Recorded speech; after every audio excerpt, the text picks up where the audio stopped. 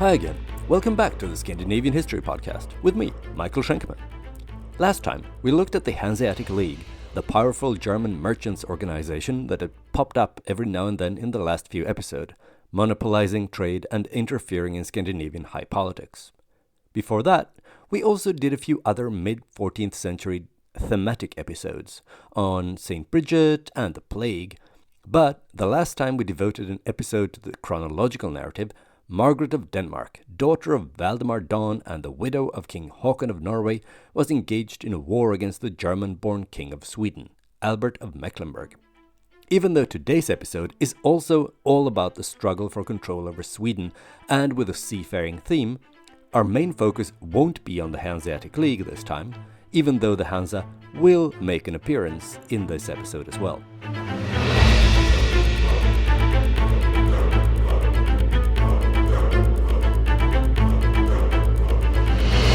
Episode 56, Pirates and Privateers.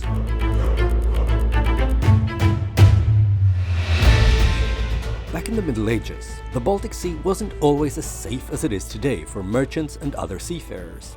As I mentioned last time, when we talked about the Hanseatic League, one of the reasons the league was established in the first place was to provide some security for its members, since the various states surrounding the Baltic Sea were either incapable or uninterested in securing their own territorial waters and shipping lanes for merchant shipping. Ever since the Viking Age, and perhaps longer than that, you'd been running the risk of being attacked by pirates when you sailed the Baltic Sea. And today, we'll have a closer look at one band of pirates that was especially influential at the end of the 14th century, just as the Hanseatic League was at its peak. The band of pirates we'll be talking about are known to history as the Victual Brothers. First of all, let me point out that many, not least the Victual Brothers themselves, would object to the term pirates being applied to them. And they'd have a point, at least a partial point. You see, the Victual Brothers were, at least originally, organized as a band of privateers. The difference between privateers and pirates was that a privateer was a private individual who received a license from a government or a sovereign to attack, capture and rob ships belonging to countries at war with the license-issuing party. The privateers were usually paid by being allowed to keep all or part of the loot from the enemy ships they captured. These privateering licenses allowed you to operate beyond the territorial waters of the issuing government or sovereign, so you could attack your victims anywhere in the world and it would still be legal, at least back home. Privateering was a thing in Europe, and by extension anywhere Europeans sailed, all the way up to the 19th century, and privateers would often be held in high regard back home. Pirates, on the other hand, were universally reviled for doing exactly the same thing, but without government backing. And to the victims of privateers, the fact that your robber had been given the green light from some prince or city council was probably cold comfort. Beside the discussion of whether they were pirates or privateers, the Victual Brothers have also been described as a kind of guild. I'm not entirely convinced that that's the best way to characterize them, but I will nonetheless use that as an excuse to explain what a guild was, since it's an institution that's central to medieval economic life, and this is as good a time as any to explain what it was. A guild was a medieval association of artisans such as shoemakers or bakers or merchants who regulated all aspects of their craft in a particular area, such as a city. Members of the guild were the only ones allowed to sell their wares or practice their skill within the guild's territory. The guild not only regulated who could work with what, but also minimum or maximum prices, at what hours you could have your shop open, how many apprentices you were allowed to have, and many other things. Where guilds were in control, they shaped labor, production, and trade, and the concept of a career progression mirroring the development of your skill level from apprentice to master comes from the guilds. Being a member of a guild obviously had its benefits. Beyond limiting your competition and making sure you were paid a certain minimum for your goods, the guild often supported old and sick former members who needed assistance. They would also look out for poor widows and orphans of dead members. Membership was often inherited, so if your father was a shoemaker or baker, you were allowed to, or even expected to, take up his business after him. But if you weren't a member of the guild, they made it as difficult as possible for you to break into their territory. The time it took to go from apprentice to master was also much longer than needed to actually learn a skill, just as much or probably more than to ensure that apprentices learned their craft properly. The long process was meant to protect a limited number of master craftsmen from unpleasant competition. And even though, in theory at least, the guild made sure that the quality of the work of all its members was of a certain level and that no one cheated their customers, another, just as important consequence was that the guilds reduced free competition, keeping prices up and newcomers out. Their conservatism reduced the rate of innovation and ultimately made people poorer and society stagnant. So the Victual Brothers weren't really a guild in that sense, but it liked to see itself as a brotherhood of sorts. The members came primarily from northern Germany, and they included some noblemen from Mecklenburg, at least to begin with. The reason for this was the original purpose of the brotherhood, the purpose that gave them their name. The Victual Brothers entered the stage, or at least the history books, during the war between Albert of Mecklenburg and Queen Margaret of Denmark. Traditionally, the brotherhood is said to have been founded in 1389 with the expressed purpose of aiding Albert during the siege of Stockholm, providing the beleaguered city with provisions, or victualia in Latin. We mentioned the siege in episode 51, One King, Two Crowns. Later, the Victual Brothers would branch out and develop into a more independent organization that made money more broadly from piracy in the Baltic Sea and the North Atlantic. What made them stand out from other bands of pirates was their cooperative distribution of revenue. Usually, the crew on a pirate ship would be paid a fixed sum for their services, just like any other ship crew. But the Victual Brothers saw themselves as a brotherhood, so they would instead split up the booty between them. Of course, captains and other officers would get a larger share, but still, this gave them something of a Robin Hood-style reputation, which wasn't necessarily well-deserved, since they were still basically pirates, and those who got robbed probably couldn't care less how their stolen property was divided up among the robbers. The battle cry of the Victual Brothers was Gottes Freund, aller Welt Feind, meaning something like God's friends and everybody else's enemy, which sums up their attitude pretty well, at least to the maritime world. But let's go back to how it all started. Albert of Mecklenburg became king of Sweden in 1364, and it didn't take long for Swedish subjects of his to grow tired of him. That included the nobility, and they decided they wanted to do something about the whole situation. So they eventually turned to Denmark, asking for help to depose Albert and send him back to Mecklenburg again. On March 22nd, 1388, Margaret of Denmark was declared regent of Sweden, but that didn't mean the war was over. Albert was not going to accept being usurped, especially not by a woman. The burghers of Stockholm supported the king, and that's not particularly surprising since so many of the leading burghers of the city were Germans, and the Hanseatic League was so influential in its economic life and city council. And yes, in this case, influential is a euphemism for controlled. So the war continued. Albert went to Germany to raise more troops to fight off the Danes, and around New Year's in 1388-89 he returned to Sweden with about 1,000 battle-hardened mounted knights. He most likely landed in Kalmar, which was an important port city in southeastern Sweden. So a logical choice if you crossed the Baltic Sea from Mecklenburg and wanted to hunt down an invading force roaming around in southern Sweden. From Kalmar, he continued inland in pursuit of the Danish army. On February 24th, 1389, the two forces met outside Falköping in West Rogothia, and, as you may remember from episode 51, the battle ended with a humiliating defeat for Albert and his hired German troops. It was especially humiliating for the king himself and his son Eric, a bishop and a bunch of knights, because they were taken captive by the Danes. Margaret had the bishop released, she didn't want to mess with the church more than necessary, and let the knights buy their freedom, but Albert and his son Eric were sent to a fortress on the west coast, close to where the city of Gothenburg is located today.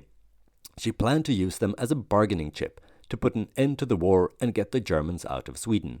She also ordered her army to move on Stockholm, where Albert's German allies were still holding out, ensconced behind the city walls. And this is where the Victual Brothers enter our story. It was vital for Albert's allies that they managed to hold Stockholm. The city is strategically located where Lake Mälaren meets the Baltic Sea, and a bunch of vital waterways and trade routes pass by Stockholm. If Margaret couldn't capture Stockholm, the Germans would be able to disrupt life in northern and central Sweden indefinitely. But conversely, if Albert's allies wanted to retain any hope of winning the war, they needed to hold on to Stockholm. And now the city was under siege, and all roads leading in and out had been cut off by the Danes. That meant that the Germans needed to provision the besieged city from the sea. Since Mecklenburg didn't have a fleet of its own, they decided to charge a privateer flotilla to establish a link between Stockholm and the world. So joining the Victual Brothers was something of a noble cause for aristocrats from Mecklenburg who went out in service of their duke and with the prospect of making money. This was an almost irresistible combination for quite a few rowdy and adventure-seeking men from the lower nobility, and they were joined by men of a similar disposition from other social strata as well. All in all, some 1,400 people were involved in this operation, which obviously put the Victual Brothers in direct conflict with the Danish Navy in the early 1390s. During the conflict with Denmark, the Victual Brothers not only made sure that the inhabitants of Stockholm didn't starve, they also took on some more military tasks, such as blockading locations and ports used by the Danish fleet and shoring up the morale among the leaders in Stockholm. They did so by arresting 60 Swedish, as opposed to German, Stockholm burghers and other influential Swedes who weren't too keen on keeping up the fight in favor of a captured German king. These Swedes, some burghers and some noblemen, argued that it would be better to give in and throw open the city gates to the Danes. For obvious reasons, this idea was opposed by the German burghers, fearing that Danish rule would be bad for Hansa business in Stockholm and Sweden at large. At this point, the Hanseatic League was at its strongest in Sweden, and they basically controlled Stockholm. If Albert of Mecklenburg were to lose his Swedish crown, that would not be good news for the Hanseatic merchants in the city. As the mood in the city turned, and the calls to give up resistance to the Danes grew stronger, the Victual Brothers were tasked with preserving the order. And apparently they did so with gusto, harassing the local population that didn't toe the pro-German line. On June the 11th, 1389, the Swedish mayor of Stockholm and 2 other prominent Swedes were arrested on the orders of the German members of the city council. The 3 men were later released for ransom, but the incident was an ominous foretaste of what was to come. On June 14th, the city council was called to a meeting, and there all the Swedish members of the governing body were arrested and accused of treason. Some of the accused were locked up in the castle, whereas others were tortured at City Hall.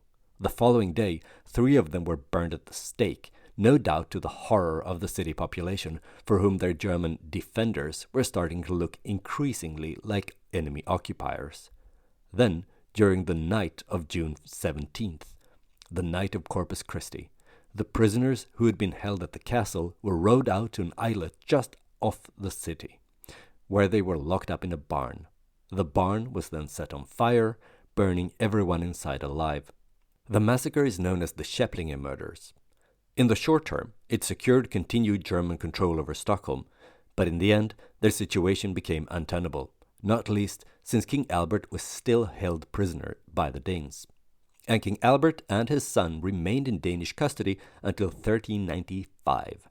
They were only released after they had signed an agreement promising to hand over Stockholm to the Danes within 3 years or to pay a fine. Albert's son Eric went off to Gotland, where he installed himself as the island's ruler, but he died shortly thereafter, and when the 3 years were up, Albert chose not to pay to keep Stockholm. Maybe he couldn't raise the money, maybe he had lost interest in being king of Sweden. Instead, he gave up the city and his Swedish crown and returned to Mecklenburg to start a new life, exiting our story.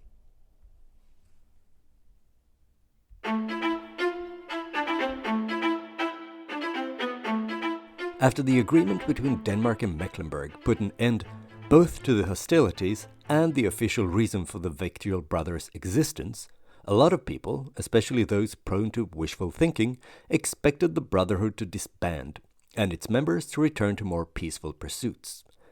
But it was far too profitable to be a pirate for people to give it up just because it was no longer legal. The Victual Brothers weren't ready to follow Albert's example and to pack up and go home. Instead, they continued their activities on the Baltic Sea, but now without the official backing and approval of Albert and the Duchy of Mecklenburg. Right about this time, it became painfully obvious to the powers that be in Mecklenburg that not having a fleet of their own and instead outsourcing all their naval needs on the Victual Brothers had backfired in the most spectacular fashion. The Brotherhood soon became a general source of unrest and worry for anyone traversing the Baltic Sea, whether they be pro or anti-Mecklenburg.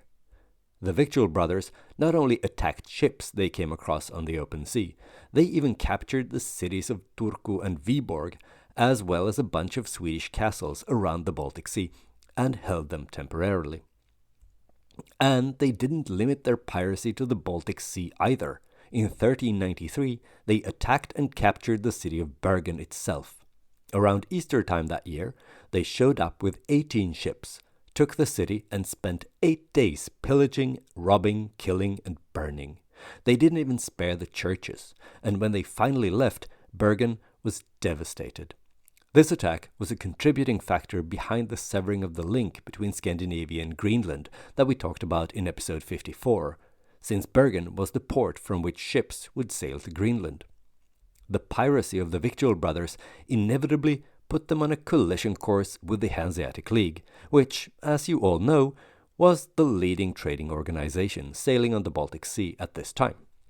For instance, the brothers attacked Hansa ships off the island of Öland in southeastern Sweden already in the summer of 1391, and other vessels belonging to the Hanseatic League were also attacked in the waters off the Hansa port of Visby on Gotland. By 1392, the Victual Brothers had become one of the principal adversaries of Lübeck, the leading Hansa town, not least since Lübeck, as opposed to the rest of the Hanseatic League, was actually supporting the Danes in the war against Mecklenburg.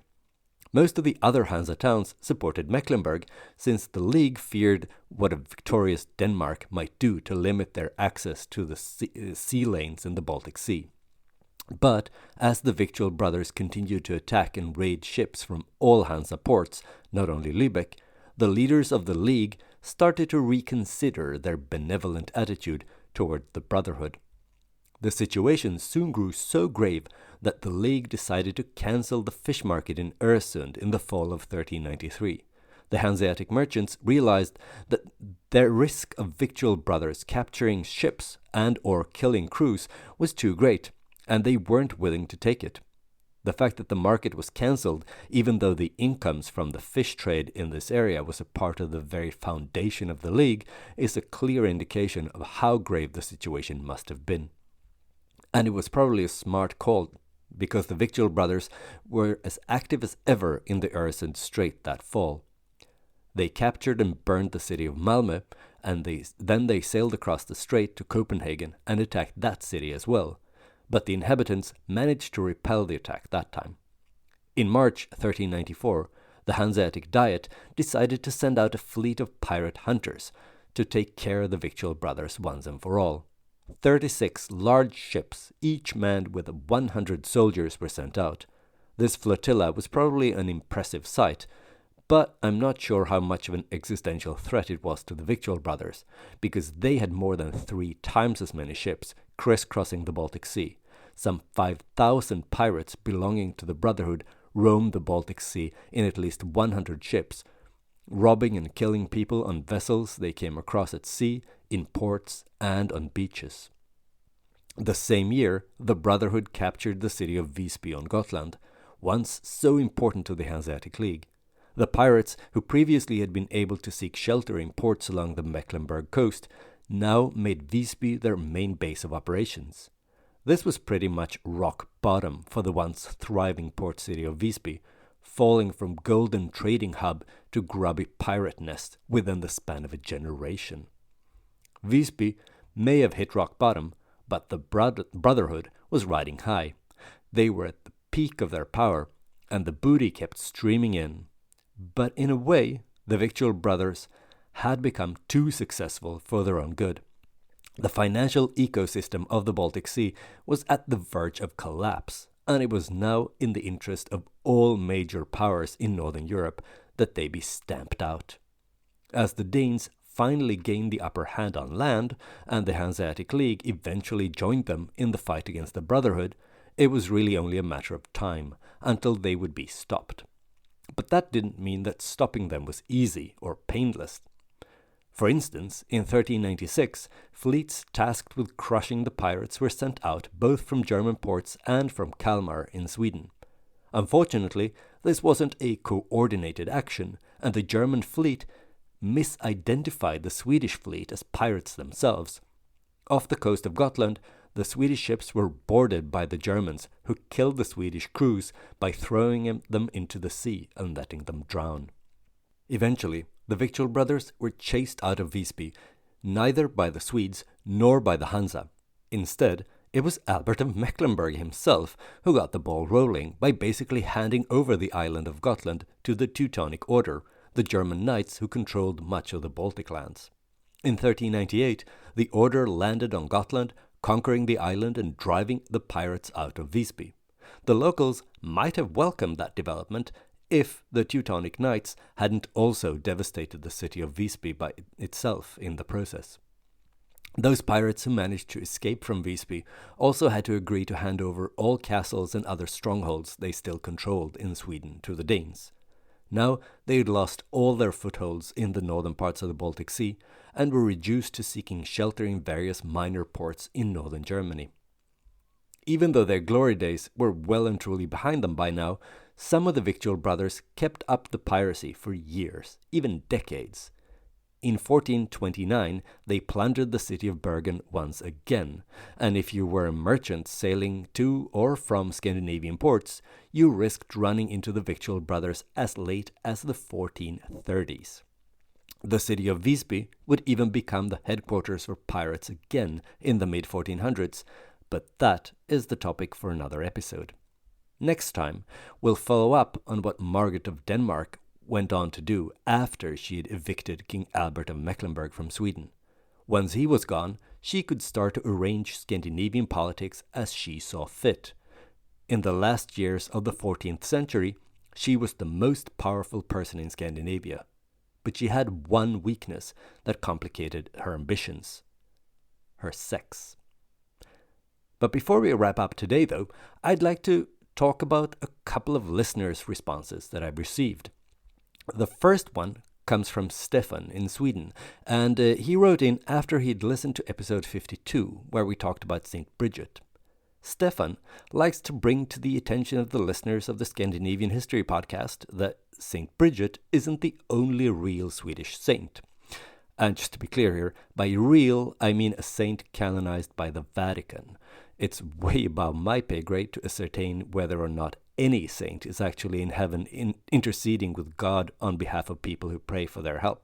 Anyway, it's true that St. Bridget isn't the only Swedish saint canonized by the Vatican. Stefan likes me to mention a certain Elizabeth Hesselblad, who was canonized only a few years ago, actually, some 450 years after Sweden became a Protestant country, abolishing the veneration of saints. Elizabeth was born in 1870 as one of 13 kids. The family was poor, not only because they had so many children, but also because her father kept failing at business and going bankrupt.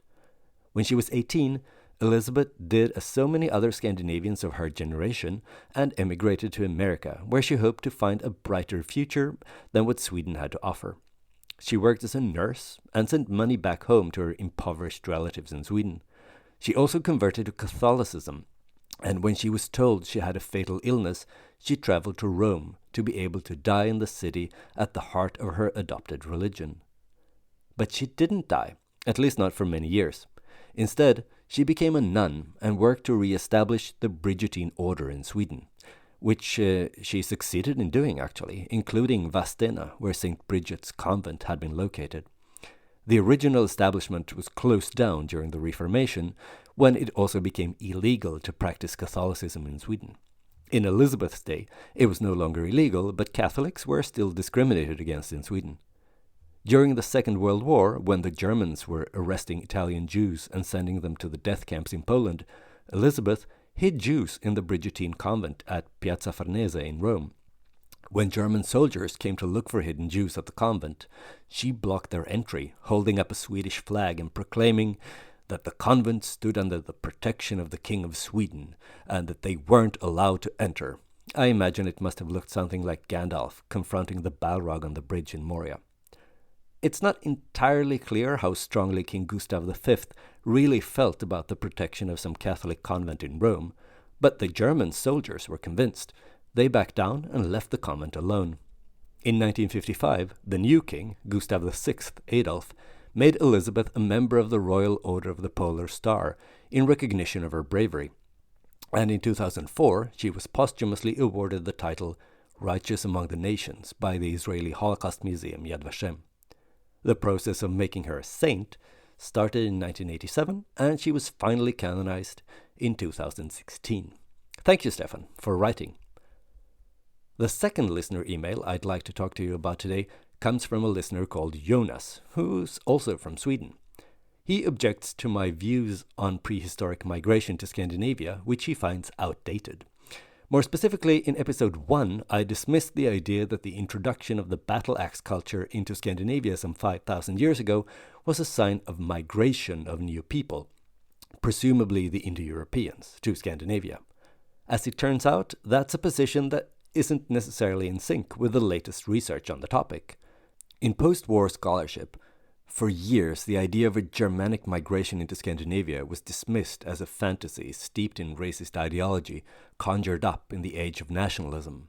I still remember my professor at the introductory course to history at a university in Sweden showing us images of 19th century artists' representations of these Germanic tribes, all very tall, blonde, and their chins held high as they entered Scandinavia with their Indo-European culture in their satchels. Then he'd brush this notion aside as national romantic propaganda or wishful thinking. But that was a quarter of a century ago. In the following decades, modern technologies, including DNA analysis, have become a useful tool for archaeologists, and we now know the answer to riddles we never thought we'd be able to solve. And one thing that we've learned thanks to this new DNA technology is that there are signs pointing to a wave of immigration at about the time when we start seeing artifacts from the battle axe culture in Scandinavian archaeological digs. Several studies conducted in 2015 and later indicate that the battle axe people are genetically connected to tribes from Central Asia and not to the people who lived in Scandinavia before them. The DNA findings aren't yet conclusive, and there's still vigorous debate about where this new population originated and how exactly it's related to other peoples.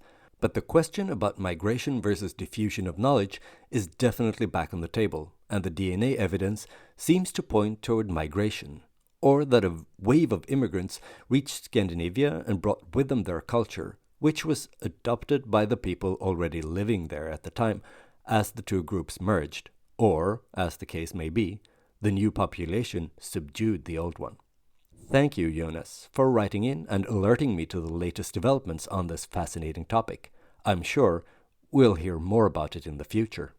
And that was all we had time for today. I hope you enjoyed this episode of the Scandinavian History Podcast. If you did, why not spread the word wherever you run into other fans of Scandinavian history, which, let's face it, is basically everywhere. Also, please consider leaving a stellar review, or at least 5 stars, on Apple Podcasts or Spotify. This is an excellent way to attract new listeners and to support the show.